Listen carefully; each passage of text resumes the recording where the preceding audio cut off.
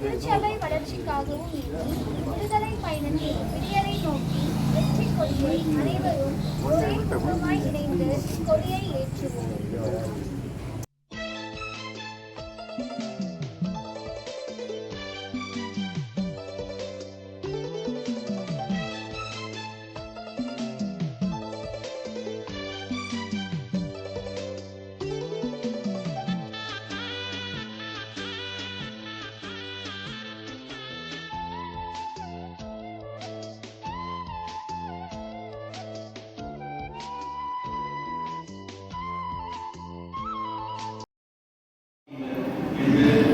திருத்தந்தை பிரான்சிஸ் அவர்கள் இளைஞர்களுக்கு குடியரசை ஏற்று நமது இளைஞர்கள் திருவிழத்தை வாசித்து இளைஞரின் வீடுகளில் உடலுக்கை சுவைத்து மகிழ்வோம் என்பதன் அடையாளமாக திருவிழத்தை ஏற்றுகின்றனர்.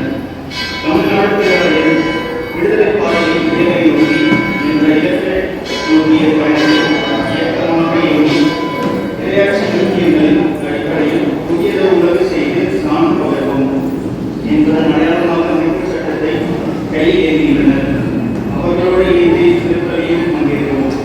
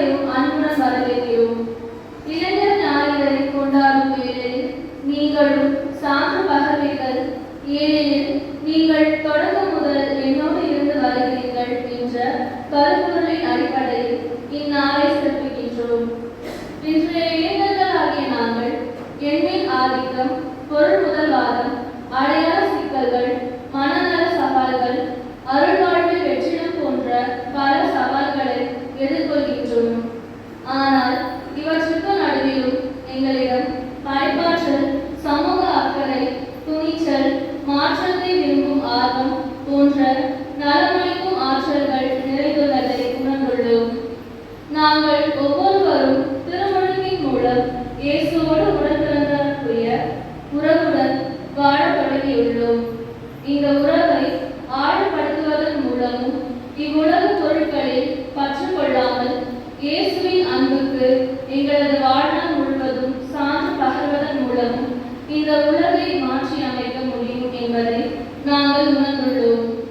எதிர்நோக்கின் திருப்பயணிகளாய் நாம் அனைவரும் செல்ல வேண்டிய பாதை இதுவே. இத்திருப்பலியில் இறை சமூகமால் ஒன்றிணைந்துள்ள எம் உறவுகளில் எங்களை வெறுக்காதீர்கள்.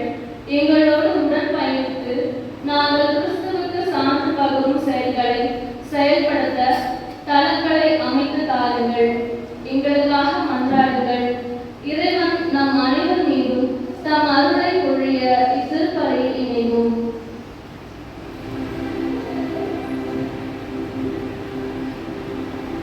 குத்துவிளக்கு ஏற்றுதல். ஞாயிறும் திங்களும் ஞானத்தின் ஒளி தீபங்கள். இறைவனின் பிரசன்னத்தை உணர்ந்து திரை ஒளியை வரவேற்பது மற்றும் இருளை அகற்றுவது அன்பையும் நம்பிக்கையையும் குறிக்கும் அடையாளமாகவும் இறைவனை நோக்கி திரும்பும் ஒரு கருவியாகவும் கருதப்படுகின்றது. இவ்வாறு உங்கள் ஒளி மனிதனும் ஒளிக, அப்பொழுது அவர்கள் உங்கள் நற்செயல்களை கண்டு உங்கள் விண்ணக தந்தையை போற்றி புகழ்வார்கள் என்று திருவிவிலியம் கூறுகின்றது. இவ்விளக்கானது பாவ ஒளியை போக்கவும், அறியாமையின் இருளை அகற்றவும், பொறாமை இருளை கொசுக்கவும், மாற்றம் தரும் வாழ்வினை நம்மை மலர செய்யவும், மனம் குளிரும் மகிழ்ச்சி நிலைக்கவும், இவ்வொளி ஒவ்வொருவரின் மனங்களிலும் மகிழ்ச்சி ஒளியாக பரவவும் ஏற்றப்படுகின்றது. இவ்வொளியை நம் வாழ்வில் வழிகாட்டும் ஜீவ ஒளியாக கொண்டு இறைவன் விரும்பும் வாழ்வை வாழ இத்திருப்பலியில் இணைவோம். நம் பங்கு மக்களை அன்பிலும் இறை வார்த்தையிலும் வழிநடத்தும் நம் பாசமிகு பங்கு தந்தை திரு ஜான் லூயிஸ் அவர்களை முதலிலே ஏற்ற அன்புடன் அழைக்கின்றோம்.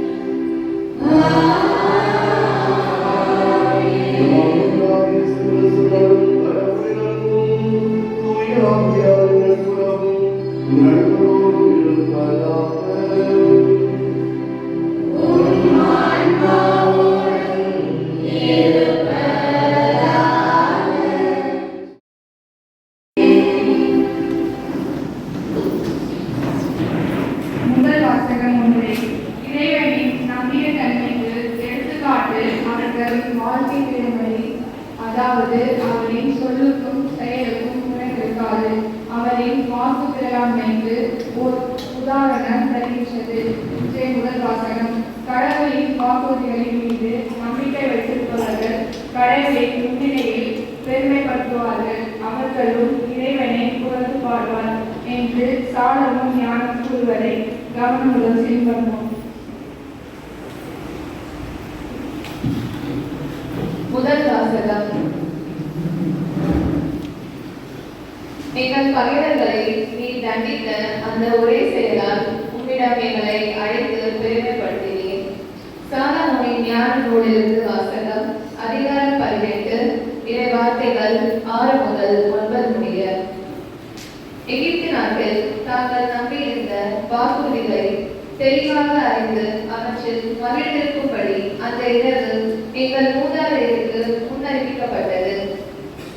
நீதிமான்களின் மீட்பையும் அவர்களுடைய பகைவர்களின் அழிவையும் மக்கள் எதிர்பார்த்து கொண்டிருந்தார்கள். எங்கள் பகைவர்களை நீர் தண்டித்த அந்த ஒரே செயலால் உம்மிடம் எங்களை அழைத்து பெருமைப்படுத்தினீர். தலைவர்களின் தூய மக்கள் மறைவாக வரி செலுத்தினார்கள், நன்மைகளையும் இடர்களையும் ஒன்று போல பகிர்ந்து கொள்வார்கள் என்னும் இறை சட்டத்திற்கு அவர்கள் ஒருமித்து உடன்பட்டார்கள். மூதாதையர்களின் புகழ்பாக்களை அதே வேளையில் பாடிக்கொண்டிருந்தார்கள். இது ஆண்டவர் வழங்கும் அருள்வாக்கு.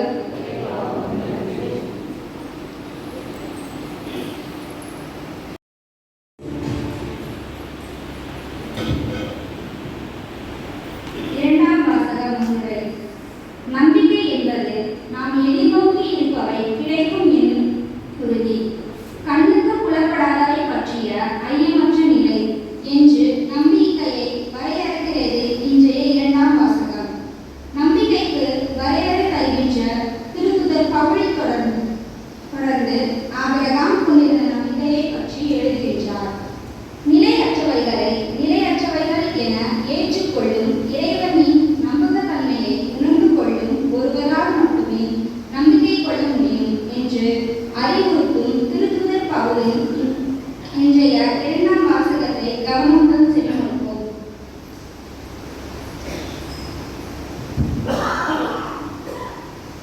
இரண்டாம் வாசகம். எதிர்நோக்கியிருந்த நகரை திட்டமிட்டவரும் கட்டியவரும் கடவுளே. எபிரேயருக்கு எழுதிய திருமுகத்திலிருந்து வாசகம். அதிகாரம் 11, இறை வசனங்கள் 1-2 மற்றும் 8-19 முடிய. சகோதர சகோதரிகளே, நம்பிக்கை என்பது நாம் எதிர்நோக்கி இருப்பவை கிடைக்கும் என்னும் உறுதி, கண்ணுக்கு புலப்படாதவை பற்றிய ஐயமற்ற நிலை. இந்த நம்பிக்கையால் தான் நம் மூதாதையர் நற்சாட்சி பெற்றனர். ஆபிரகாம் தாம் அழைக்கப்பட்ட போது கீழ்ப்படிந்து உரிமை பெறவிருந்த இடத்திற்கு சென்றதும் நம்பிக்கையினால்தான். தாம் எங்கே போக வேண்டும் என்று தெரியாதிருந்தும் அவர் புறப்பட்டு சென்றார். வாக்களிக்கப்பட்ட நாட்டில் அவர் குடியேறி ஒரு அந்நியரை போல் வாழ்ந்தது நம்பிக்கையினாலேயே. அதே வாக்குறுதிக்கு உடன் உரிமையாளர்களான ஈசாக்குடனும் யாக்கோபுடனும் அவர் கூடாரங்களில் கூடியிருந்தார். ஏனெனில் அவர் அசையாத அடித்தளம் உள்ள ஒரு நகரை எதிர்நோக்கி இருந்தார். அதை திட்டமிட்டவரும் கட்டியவரும் கடவுளே. ஆபிரகாம் வயது முதியவராயும் சாரா கருவுற இயலாதவராயும் இருந்த போதிலும் அவர் ஒரு தந்தையாவதற்கான ஆற்றல் பெற்றதும் நம்பிக்கையினால்தான். ஏனெனில் வாக்களித்தவர் நம்பிக்கைக்குரியவர் என அவர் கருதினார். இவ்வாறு உயிரற்றவர் போல் இருந்த இந்த ஒருவரிடமிருந்து வானத்தில் உள்ள திரளான விண்மீன்களைப் போலவும் கடற்கரையில் உள்ள எண்ணிறந்த மணலைப் போலவும் கணக்கற்ற மக்கள் பிறந்தனர். இவர்கள் எல்லாம் நம்பிக்கை கொண்டவர்களாய் இருந்தார்கள். வாக்களிக்கப்பட்டவற்றை அவர்கள் பெறவில்லை எனினும் தொலைவில் அவற்றை கண்டு மகிழ்ந்தார்கள். இவ்வுலகில் தாங்கள் அந்நியர் என்பதையும் தற்காலிக குடிகள் என்பதையும் ஏற்றுக்கொண்டார்கள். இவ்வாறு ஏற்றுக்கொள்வோர் தம்முடைய தாய் நாட்டை தேடி செல்வோர் என்பது தெரியும். தாங்கள் விட்டு வந்த நாட்டை அவர்கள் நினைத்துக் கொண்டிருக்கவில்லை. அப்படி நினைத்திருந்தால் திரும்பி செல்ல அவர்களுக்கு வாய்ப்பு கிடைத்திருக்கும். ஆனால் அவர்கள் சிறப்பான ஒரு நாட்டை, அதாவது விண்ணக நாட்டையே நாடுகிறார்கள். அதனால்தான் கடவுளும் தம்மை அவர்களுடைய கடவுள் என்று அழைத்துக் கொள்ள வெட்கப்படவில்லை. அவர்களுக்கென சொல்லியுள்ளார். ஆபிரகாம் சோதிக்கப்பட்ட போது ஈசாக்கை பலியிட துணிந்தது நம்பிக்கையினால்தான். ஈசாக்கின் மூலமே உன் வழிமரபு விளங்கும் என்ற வாக்குறுதியை அவர் பெற்றிருந்த போதிலும் அவர் தம் ஒரே மகனை பலியிட முன்வந்தார். ஏனெனில் இறந்தோரை கடவுள் உயிரோடு எழுப்ப வல்லவர் என்பதை அவர் உணர்ந்திருந்தார். எனவே அவர் தம் மகனை மீண்டும் பெற்றுக்கொண்டார். பின்பு நடக்க இருந்ததற்கு இது ஓர் அறிகுறி. ஆண்டவர் வழங்கும் அருள்வாக்கு.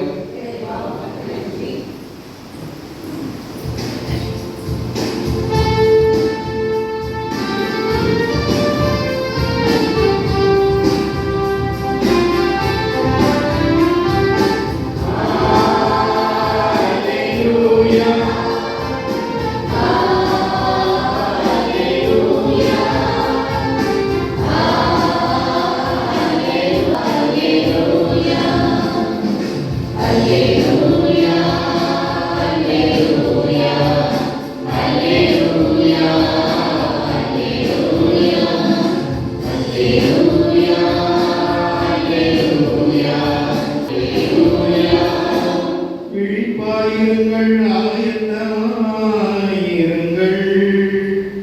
ஏனெனில் நீங்கள் நினையாத நேரத்தில் மாநில மகன் வருவார். அல்லேலூயா.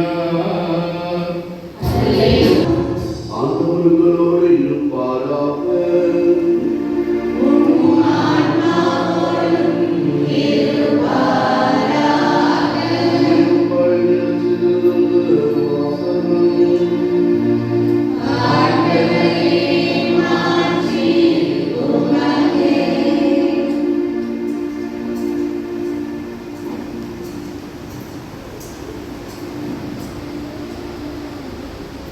அதிகாரம் 12 வசனங்கள் 35 முதல் 40 முடிய. அக்காலத்து இயேசு தம் சீடர்களுக்கு கூறியது, உங்கள் இடையை வந்து கட்டிக் கொள்ளுங்கள், விளக்குகளும் இருந்து கொண்டிருக்கட்டும். திருமண விருந்துக்கு போயிருந்த தம் தலைவர் திரும்பி வந்து தட்டும் போது உடனே அவருக்கு கதவை திறக்கும் காத்திருக்கும் பணியாளருக்கு ஒப்பாயிருங்கள். தலைவர் வந்து பார்க்கும் பொழுது விழித்திருக்கும் பணியாளர்கள் பேர் பெற்றவர்கள். அவர் தம் இடையை வந்து கட்டிக்கொண்டு அவரை பந்தில் அமரச் செய்து அவரிடம் வந்து பணிவிடை செய்வார் என உறுதியாக உங்களுக்கு சொல்கிறேன். தலைவர் இறைவனின் 2ஆம் காவல் வேளையிலும் வந்தாலும் 3ஆம் காவல் வேளையில் வந்தாலும் அவர் விழிப்பாய் இருப்பதை காண்பாரானால் அவர்கள் பேர் பெற்றவர்கள். எந்த நேரத்தில் திருடன் வருவான் என்று வீட்டு உரிமையாளருக்கு தெரிந்திருந்தால் அவர் தம் வீட்டிலும் கண்ணமிட விட மாட்டார் என்பதை அறிவீர்கள். நீங்களும் ஆயத்தமாயிருங்கள், ஏனெனில் நீங்கள் நிலையான நேரத்தில் மாணவன் வருவார் என்றார். ஆண்டவரின் அருள்வாக்கு. நம் ஆண்டவராகிய இயேசு கிறிஸ்துவிடம் சமர்ப்பிப்போம்.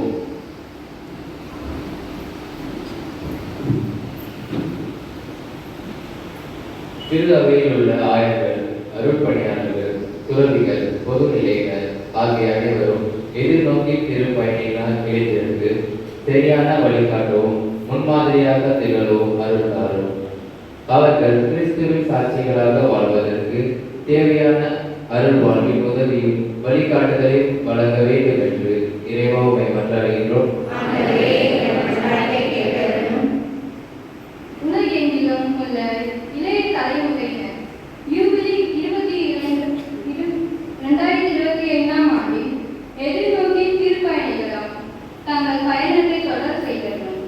இவ்வுலக செல்வங்களின் மாயைக்கு அடிமையாகாமல் கிறிஸ்துவோடு தொடக்கம் முதல் இருந்து வரும் உறவின் மேன்மையும் உணரவும் நேர்மையுடன் ஈக மனப்பான்மையுடன் வாழ்ந்து உமது அன்புக்கும் நீதிக்கும் சான்று பத்திர செய்திருக்க வேண்டும் என்று இறைவா உம்மை மன்றாடுகின்றோம். எண்ணின் ஆதிக்கம், பொருள் முதல் வாதம், அடையாள சிக்கல்கள், மனநல சவால்கள் போன்ற இன்றைய உலகின் சவால்கள் இருந்து எங்களது இளைஞர்கள் பாதுகாக்கப்படவும் இவற்றுக்கு மத்தியில் கிறிஸ்துவின் அன்பையும் அமைதியையும் மன நிறைவையும் கண்டு கொள்ளவும் அதன் மூலம் உமக்கு சான்று பகரவும் வேண்டும் என்று இறைவா உம்மை மன்றாடுகிறோம்.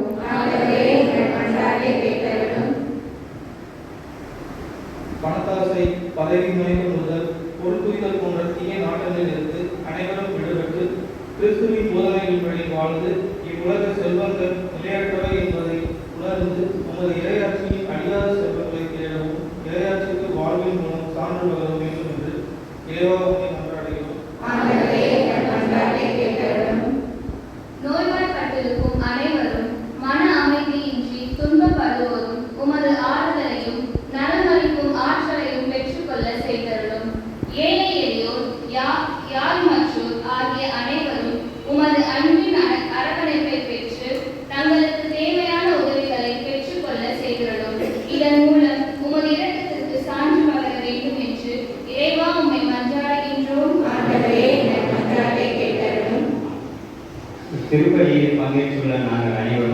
எதிர்நோக்கிய திருப்பயணிகளாய் எங்கள் வாழ்வில் எழும் பேராசைகளை கழித்து கிறிஸ்துவுக்குரிய புதிய மனித இயல்புடன் வாழ அருள் தரும்.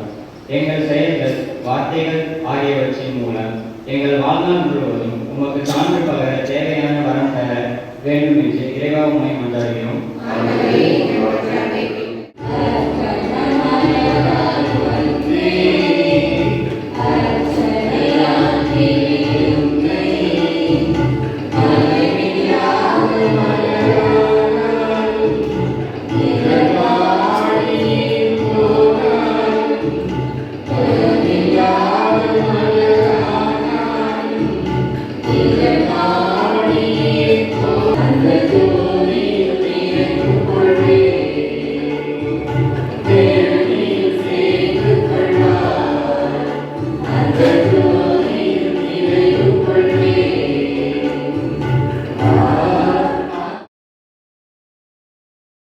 அவர் பாடுபட உருப்படைந்து தம்மை கையெடுத்த போது அப்பத்தை எடுத்து நன்றி செலுத்தி அதை விட்டு தம் சீடர்களுக்கு அளித்து அவர் கூறியதாவது, அனைவரும்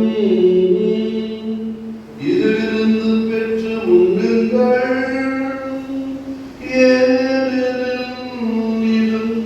உங்களுக்காக கையளிக்கப்படும் என் உடல்.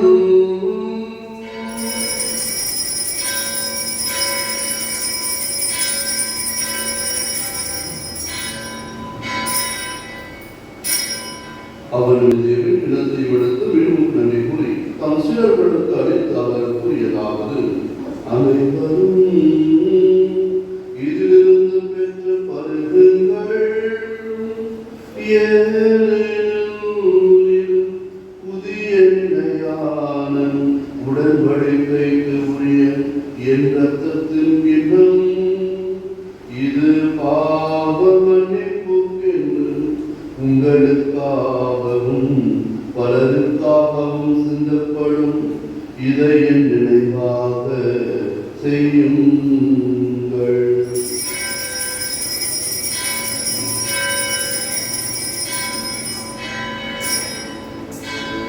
இதோ இறைவனின் சமர். இவரை உலகின் பாவங்களை போக்குகளும் தேவன். இவரது திருவுருளுக்கு அழைக்கப்பட்டிருக்க நீங்களும் நானும் பேர் பெற்றோம். நாம் சமன்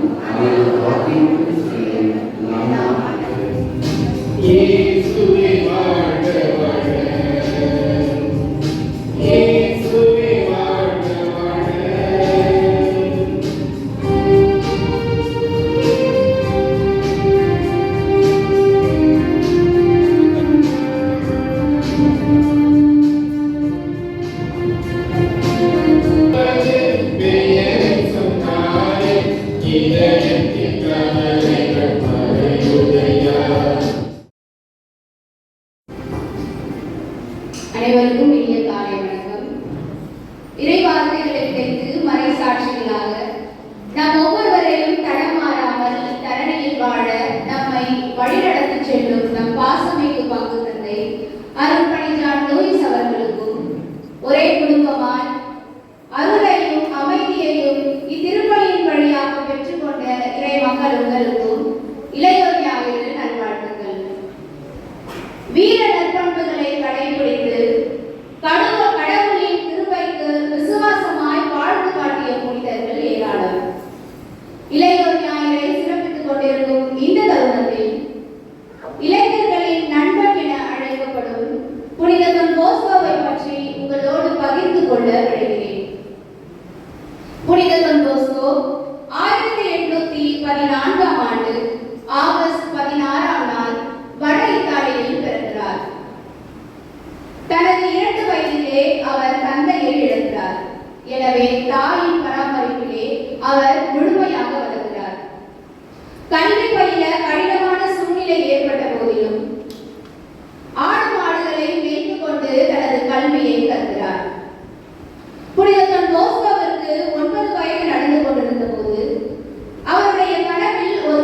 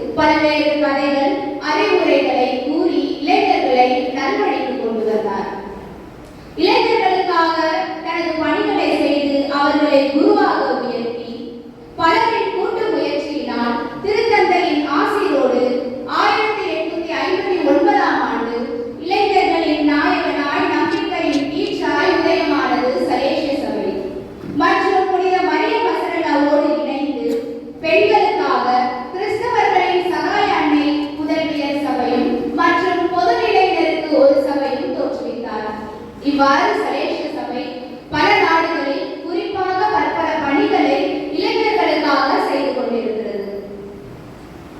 இளைஞர்களை நாம் அன்பு செய்கிறோம் என்பது முக்கியமல்ல, மாறாக இளைஞர்களை நாம் அன்பு செய்கிறோம் என்பதை அவர்களிடம் தெரியப்படுத்த வேண்டும் என்கிறார் புனித தொன் போஸ்கோ.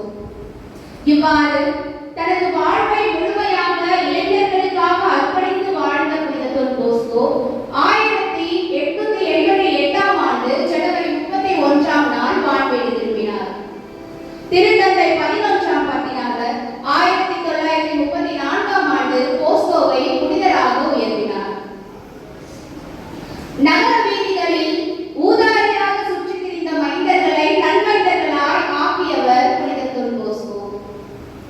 நான் உன்னை தீர்ப்பிடேன், இனி பாவம் செய்யாதே என்கின்ற இயேசுவின் பாணியை இளையோர்களிடம் வெளிப்படுத்தியவர் புனித தொன் போஸ்கோ.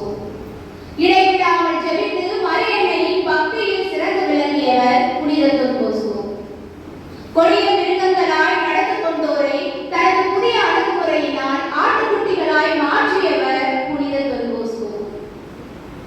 தனது தாயின் வழிகாட்டுதலின்படி குருத்துவ வாழ்வை அர்ப்பணிப்போடு வாழ்ந்து காட்டியவர் புனித தொன் போஸ்கோ. புனித அன்னை தெரேசாவின் வரிகளுக்கு ஏற்ப பிறரை தீர்ப்பிட்டுக் கொண்டிருந்தால் அவர்களை அன்பு செய்ய நேரம் இராது என்பது போல் புனித தொன் போஸ்கோவின் பாணியில் இளைஞர்களிடம் குறையை காணாமல் நிறையை கண்டார். இளைஞர்கள் நாளைய திருச்சபையின் தூண்களாக இருப்பது நிச்சயம். நன்றி.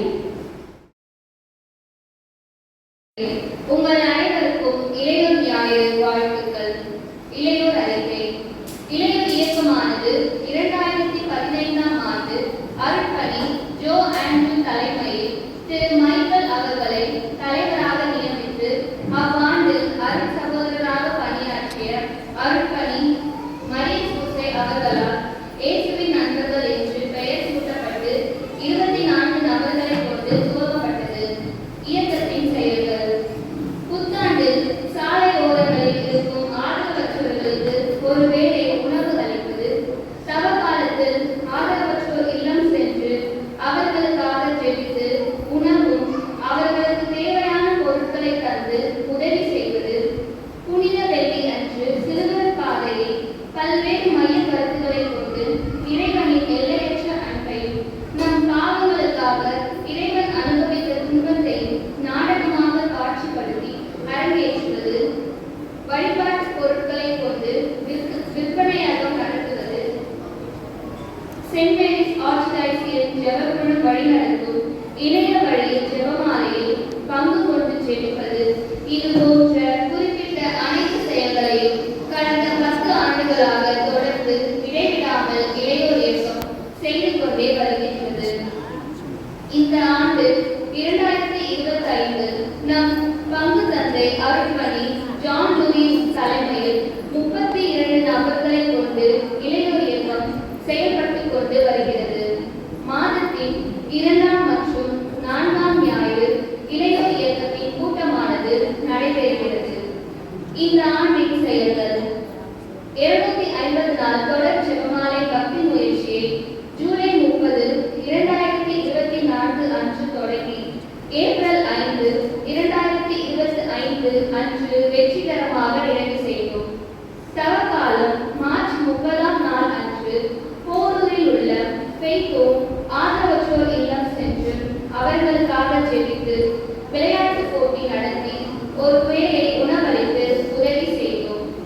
புனித வெள்ளி அன்று சிலுவை பாதையை அன்று இன்று என காலத்தை ஒப்பிட்டு வாழ்க்கை முறையின் மாற்றத்தை வெளிப்படுத்தி நாடகமாக அரங்கேற்றினோம்.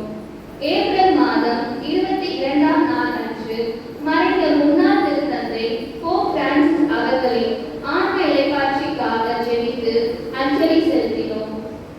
சென்னை மயிலை உயர் மறை மாவட்ட இளையோர் இயக்கம் நடத்திய 40 நாள் தவக்கால தொடர் திருப்பலியில் பங்கேற்கும் நிகழ்வில் என் இளையோர் இயக்கத்தை சார்ந்த ஹென்றி, மரியா, லீனா, வினிபர், லீமா ஆகிய 5 பேர் பங்கு பெற்று அது லீனா, வினிபர், லீமா ஆகிய தவக்காலம் முழுவதும் திருப்பலியில் பங்கு பெற்று நிறைவு செய்துள்ளனர். அவர்களுக்கு இந்த மாதம்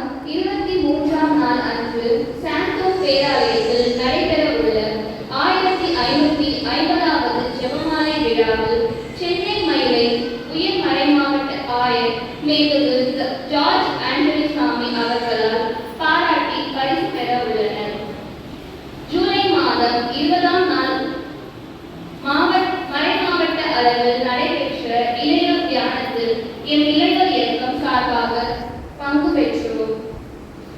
எங்களின் செயல்களை மென்மேலும் சிறந்த உங்களின் அனைவரின் ஆசிரியை பெற வேண்டுகின்றோம். நன்றி. உறுப்பினர்களாகிய நாங்கள் எங்கள் இயக்கத்தின் இலக்கான விடுதலை பாதையின் விடியலை நோக்கி என்பதை முழுமனதோடு ஏற்று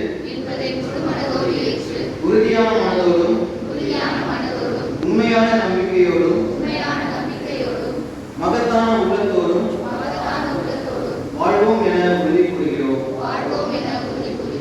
இயேசு எமக்கு கற்றுக் கொடுத்த அன்பு, உண்மை, துணிவு, சமத்துவம், சகோதரத்துவம், நம்பிக்கை, நீதி ஆகிய வாழ்வியல் மதிப்பீடுகளை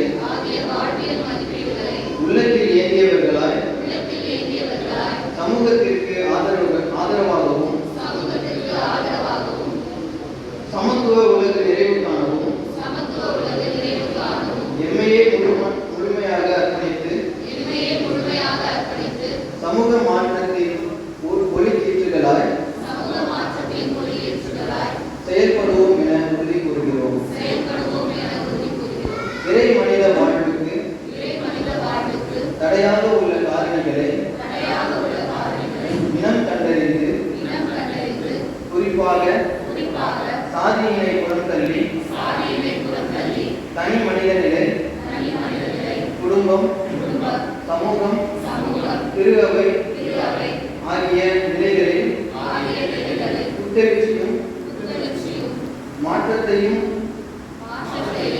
உருவாக்கிட சிறந்த கருவிகளாக செயல்படுவோம் என உறுதி கூறுகிறோம். ஆண்டவருக்கு நன்றி செலுத்துங்கள், ஏனெனில் அவர் நல்லவர். அன்பு தந்தை இறைவா, இதுவரை நித்தமும் புது சுவாசம் தந்து காத்து எங்களால் செய்ய முடியாத காரியங்களை செய்து முடிக்க உதவி கருவிக்கு எங்கள் பக்கம் முகம் சாய்த்து எங்கள் ஜனம் கேட்டு பதில் தந்து இந்த இளைய